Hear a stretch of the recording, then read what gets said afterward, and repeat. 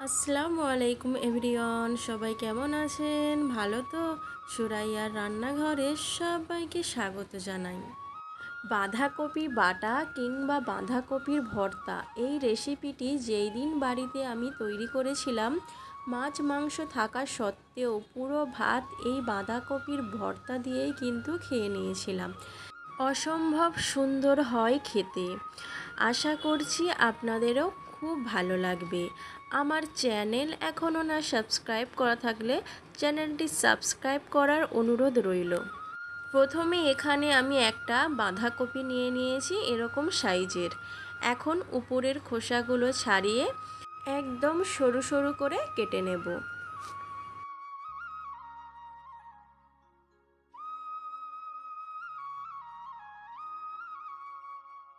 দেখুন বন্ধুরা, ভিতরের অংশটা কত সুন্দর, একদম কচি। এই নতুন নতুন বাঁধাকপি উঠছে, আর এই সময় যদি বাঁধাকপির এরকম ভর্তা ভাতের পাতে থাকে তাহলে আর কি চাই বলুন। এখন আমি একদম সরু সরু করে বাঁধাকপিগুলো কেটে নিচ্ছি। এই দেখুন বন্ধুরা, সমস্ত বাঁধাকপি আমার একদম ঝিরিঝিরি করে কাটা হয়ে গেছে।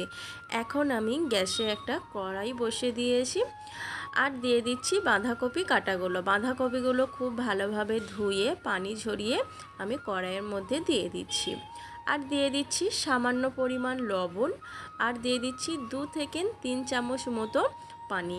এখানে কিন্তু পানি বেশি দেওয়ার দরকার নেই, এমনিতেই বাঁধাকপি থেকে পানি কিন্তু অনেকটাই বেরোবে। দেখুন বন্ধুরা, বাঁধাকপি থেকে কতটা পানি বেরিয়েছে। এখন আমি আবারও খুব ভালোভাবে সমস্ত কিছু একবার মিশিয়ে দিয়ে আবার ঢাকা চাপা দিয়ে কিছুক্ষণ হতে দেব। দেখুন বন্ধুরা, পানি কিন্তু সব শুকিয়ে এসছে। এখন আমি এটা ঠান্ডা করে একটা মিক্সিং জারের মধ্যে নিয়ে নিচ্ছি আর একটা মিহি করে পেস্ট তৈরি করে নেব। এই বাঁধাকপি বাটার সময় বিশেষ কোনো উপকরণ দেওয়ার কিন্তু কোনো প্রয়োজন নেই। বাঁধাকপি ভর্তার জন্য কড়াইয়ে কিছুটা পরিমাণ আমি সরষের তেল দিয়েছি আর কয়েকটা শুকনো লঙ্কা মুচমুচে করে ভেজে তুলে নিচ্ছি। যে কোনো ভর্তাতে এই শুকনো লঙ্কা ভাজার ফ্লেভারটা কিন্তু দারুণ লাগে। এখন আমি ওই তেলের মধ্যে দিয়ে দিচ্ছি কালো জিরে আর থিতো করে রাখা রসুন দিয়ে খুব ভালোভাবে একটু নাড়াচাড়া করে ভেজে নেব। তারপর এখানে দিয়ে দিতে হবে কুচিয়ে রাখা পেঁয়াজ। এখানে আমি একটা বড় সাইজের পেঁয়াজ লম্বা লম্বা সাইজের একদম পাতলা পাতলাভাবে কেটে রেখেছিলাম, তেলের মধ্যে দিয়ে দিলাম। দিয়ে আবারও খুব ভালোভাবে একটু নাড়াচাড়া করে ভাজা ভাজা করে নেব। তারপর কুচিয়ে রাখা কাঁচা লঙ্কা এখানে দিয়ে দেব। আপনারা যে যেরকম ঝাল খাবেন সেই অনুযায়ী কাঁচা লঙ্কাটা এখানে দিতে পারেন। তারপর একটা এখানে বড় সাইজের টমেটো কুচিয়ে রেখেছিলাম, সেটাও দিয়ে দিলাম। দিয়ে আবারও নাড়াচাড়া করে একটু ভাজা ভাজা করে নেওয়ার পর কিছু মশলা এখানে অ্যাড করছি। দিয়ে দিচ্ছি 1/2 টেবিল চামচ হলুদের গুঁড়ো আর 1/2 টেবিল চামচ লঙ্কার গুঁড়ো। তবে লবণটা আপনারা এখানে স্বাদ বুঝে দেবেন। এখন খুব ভালোভাবে সমস্ত উপকরণ মিশিয়ে নেওয়া হয়ে গেছে। এখন আমি বেটে রাখা বাঁধাকপি দিয়ে দিচ্ছি।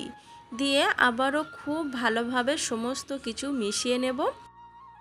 এখন হাই ফ্লেমে রেখে খুব ভালোভাবে অনবরত নাড়াচাড়া করতে হবে, যাতে বাঁধাকপিতে থাকা এক্সট্রা পানিটা যেন খুব ভালোভাবে শুকিয়ে যায়।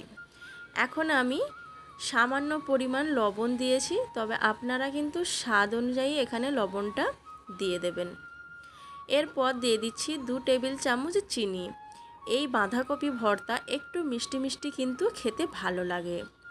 এখন আমি যে শুকনো লঙ্কাগুলো ভেজে রেখেছিলাম, এখন আমি এখান থেকে 3টে শুকনো লঙ্কা হাত দিয়ে গুঁড়ো করে নিচ্ছি আর বাঁধাকপির উপর দিয়ে ছড়িয়ে দিচ্ছি।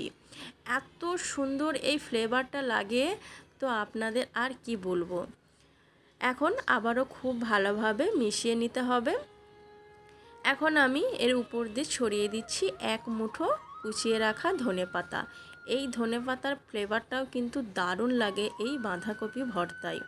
দেখুন বন্ধুরা, বাঁধাকপি কিন্তু ভর্তা বা বাটা একদম রেডি হয়ে গেছে। জাস্ট গরম গরম ভাতের সঙ্গে এই বাঁধাকপি আর তো কিছুই লাগবে না মনে হয়। সমস্ত বাঁধাকপিটা একটা প্লেটের মধ্যে নিয়ে একটা স্প্যাচুলার দিয়ে এরকম মসৃণ করে নিলাম। যাতে এটা দেখতেও সুন্দর হয় আর খেতেও খুব ভালো লাগে। আর উপর দিয়ে একটু ক্রাশ করা শুকনো লঙ্কা আমি ছড়িয়ে দিলাম, যাতে এটা দেখতেও খুব ভালো লাগে। আর উপর দিয়ে একটা গোটা শুকনো লঙ্কা ভাজা আমি সাজিয়ে দিলাম। দেখুন বন্ধুরা, দেখতে কতটা সুন্দর হয়েছে। দেখতে যতটা সুন্দর, খেতেও কিন্তু ভীষণ সুন্দর। উপর দিয়ে আরও 1-2 টেবিল চামচ আমি কাঁচা সর্ষের তেল দিয়ে দিলাম। দেখে কতটা লোভনীয় লাগছে বন্ধুরা। দেখুন, আপনারা অবশ্যই বাড়িতে একবার হলেও ট্রাই করবেন। আর আমাকে কমেন্ট বক্সে কমেন্ট করে জানাবেন আপনাদের কেমন লাগলো এই রেসিপিটি খেতে। তো বন্ধুরা, আজ এই পর্যন্ত। অন্য কোনো দিন অন্য কোনো রেসিপি আপনাদের সাথে শেয়ার করব। ততক্ষণের জন্য ভালো থাকুন, সুস্থ থাকুন। খোদা হাফেজ।